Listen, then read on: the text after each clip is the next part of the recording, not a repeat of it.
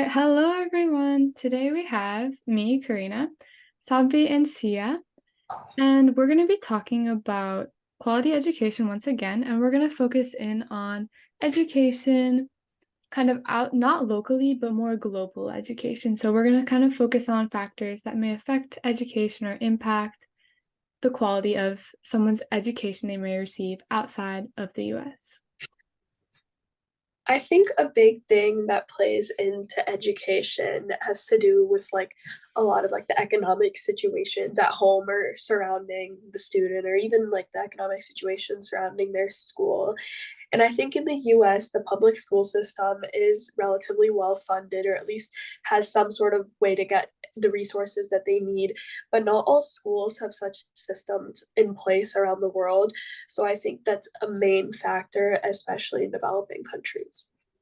Yeah, I agree. And I think a lot of the times what happens is like kind of like Sia mentioned, not just like with the schools, but also like families in general. They like when they feel like when they have a lack of money, they'll like turn to child labor and they have their kids either work their on their own like businesses or in other places. And it's just mainly to like get another like source of income. So a lot of the times it's not even like any factors that are really controllable by like schools or by families. It's more like economics in general. Yeah, family wealth is a really big problem, but it doesn't, well, like economically it doesn't affect like access to education, but also the quality someone might receive. Like Sia mentioned, the US is relatively well funded, but places outside, they may not have a well-funded school system, so the quality and the type of things the student may be learning may not be up to educational level or requirements for their age. And building off of what Karina said about how the stuff that they're learning may not be age appropriate necessarily, or what they need at that age, I think that also factors into the post secondary and secondary education, which builds off that primary education of what they learned on as a foundation when they were younger. And kind of like what Sadvi was saying about how if they have to work extra jobs or have to work to support their family, they're not able to receive enough education, and that hurts them in the long run, which can also prevent them from being successful in their future life and get out of that cycle of poverty. Yeah, and I think another big thing that happens is like a lot of the times they don't like find a need to go to secondary education either. So even if they're like even if they have the option to, sometimes it's just easier for people to like come or to move on to like manual labor, other types of labor with just their primary education because they're not like required to do more. And with that, they're able to start working faster and maybe just make an income for themselves because it's not like also people could have like a general aversion to learning because also like the environment of the schools needs to be good for people to have like a good learning experience in general and want to continue learning. Yeah, I think like you guys are talking about like manual labor and how like there's kind of a cycle. I think that's so inherent. Like if your parents have labor, then you might be doing primary school, but then immediately you won't you're just going to kind of ignore secondary school and just follow your parents' path. So I feel like it's really hard to kind of get out of that because I feel like so many people just do what their parents do.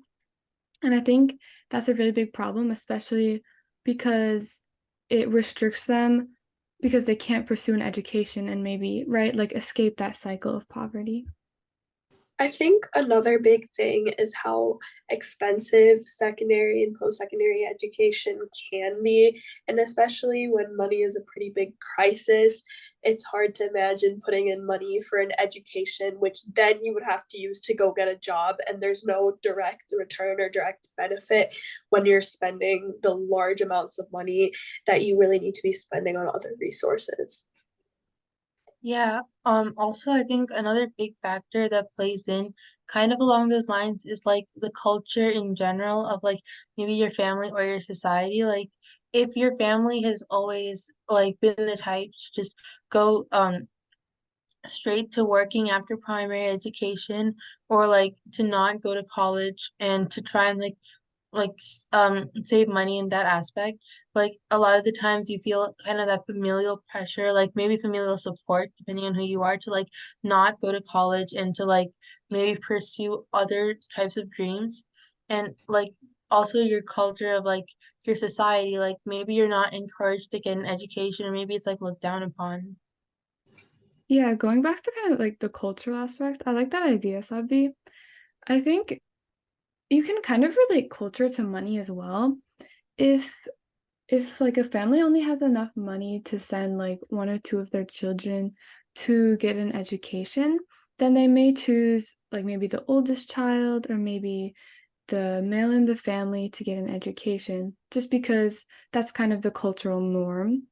And I feel like those customs can sometimes affect a child's future. And like Sabi was talking about, like what they want to do, like their dreams, like what they're going to pursue. I think building off of what Karina said about how they pick and choose who they send to school because they're not able to send all the kids in the family, I think it's really harmful, especially for young girls and young women, because a lot of times society doesn't value their education as much as they would for the male in the family. And I think that's something that inequality against like women and that discrimination against women in the workforce as well, even past the education, is something that's a big issue everywhere, including the US. And I think that really discourages the families to give the women the education, knowing that they're going to face discrimination and may not be able to get the higher wages compared to the male in the family with less of an education.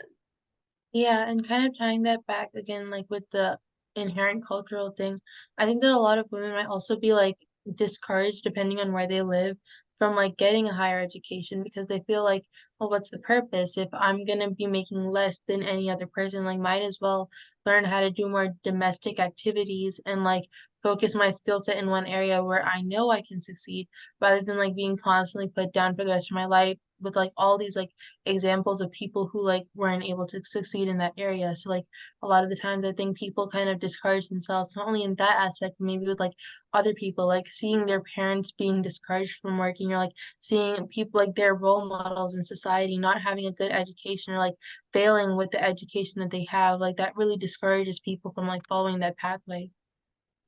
Yeah, I think parents play a huge role in education because generally, if the mother of one family didn't get an education, then it's more likely that the daughter won't get an education as well.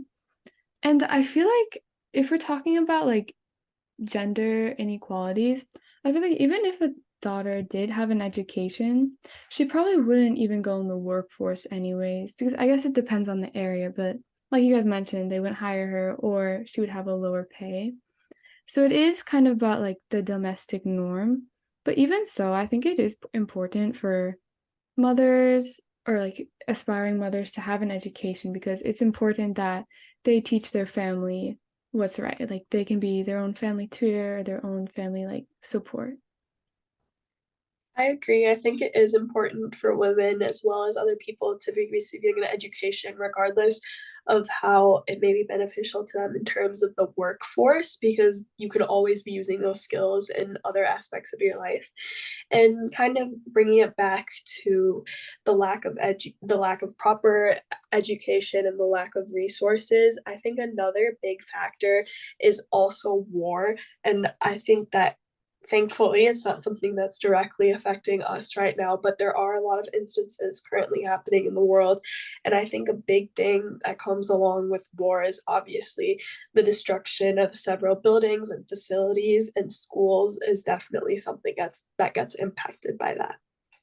Yeah, I definitely agree with that. And I think like bringing it like kind of full circle, like those are all things that really discourage people from like getting an education, because like either like they're drafted really young to like join the army, or like they have to take over their parents' businesses when their parents are drafted. Like there's so many factors that go into like why people are obstructed from an education, or even their teachers are drafted. Like there's so many, like that's a really good point, I think, Sia, of like it's not just like the factors of like what your country can and can't do in that moment. It's like why like there's like external like factors impacting even your country from like helping you get those like resources of education. And I think that's why it's so important to acknowledge that like it's not just people putting in an effort on their own. It's like what do they have the capacity to do in that moment? Yeah, I think even if you have the resources, you have the building to go to, if your country's in a war, I can imagine it must be just so scary, like going outside. And if you have to go to school every single day, and like any moment, a bomb could drop, somebody could come in and invade the building, that must be so scary. So that ultimately harms a lot of children's education and even what they may be doing outside of school, right? Their primary focus in life isn't going to be about education. It's going to just be how can I stay safe in my life? I think that's a good point that you brought up about how it's more of just at that point basic needs of survival rather than how can I further my intellectual development.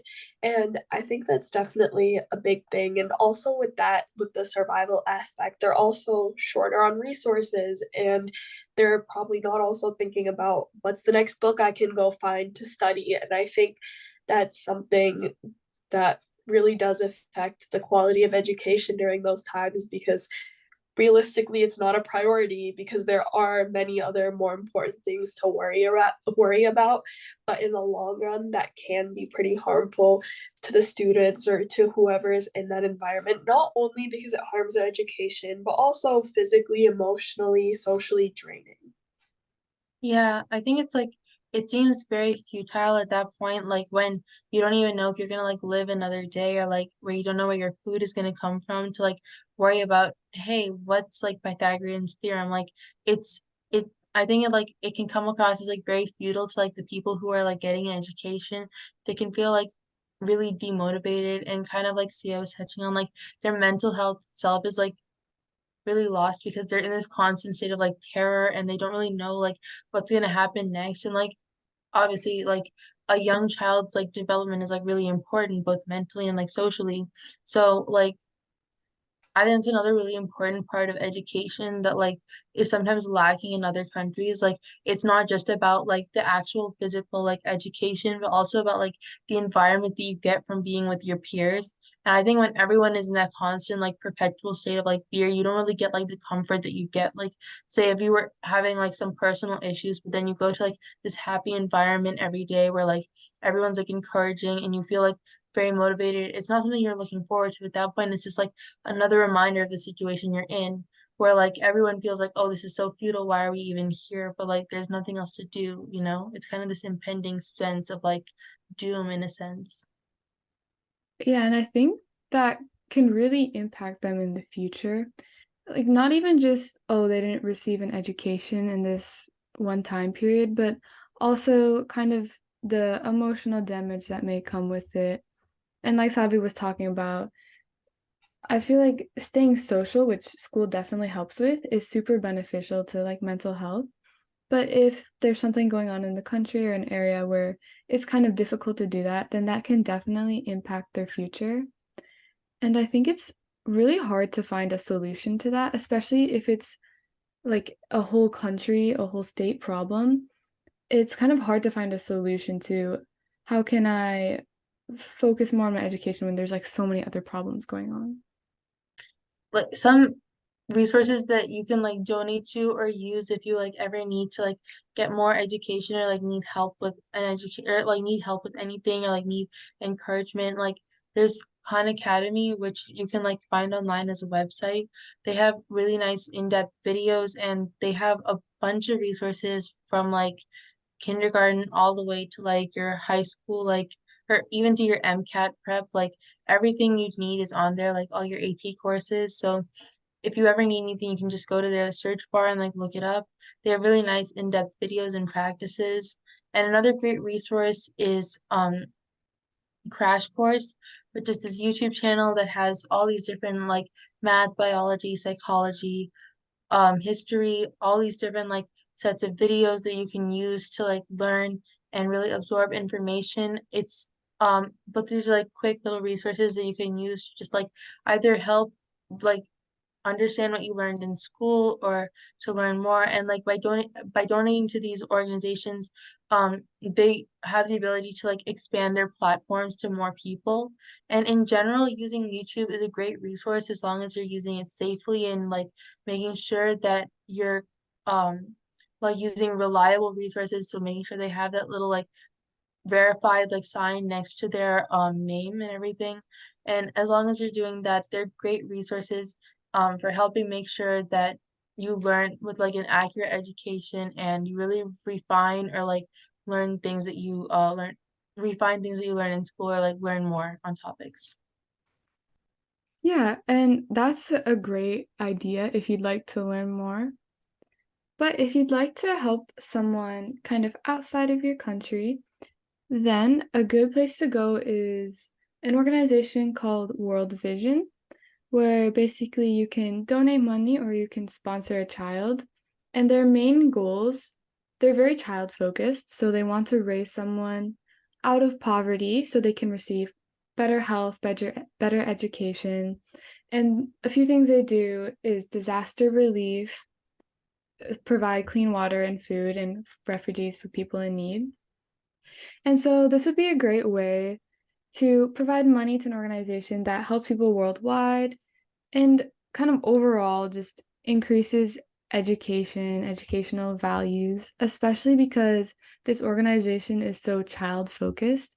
So they're focused on kind of future generations, which is really important, especially for them. Education is very important for them. So yeah, if you're interested in donating, again, it's called World Vision.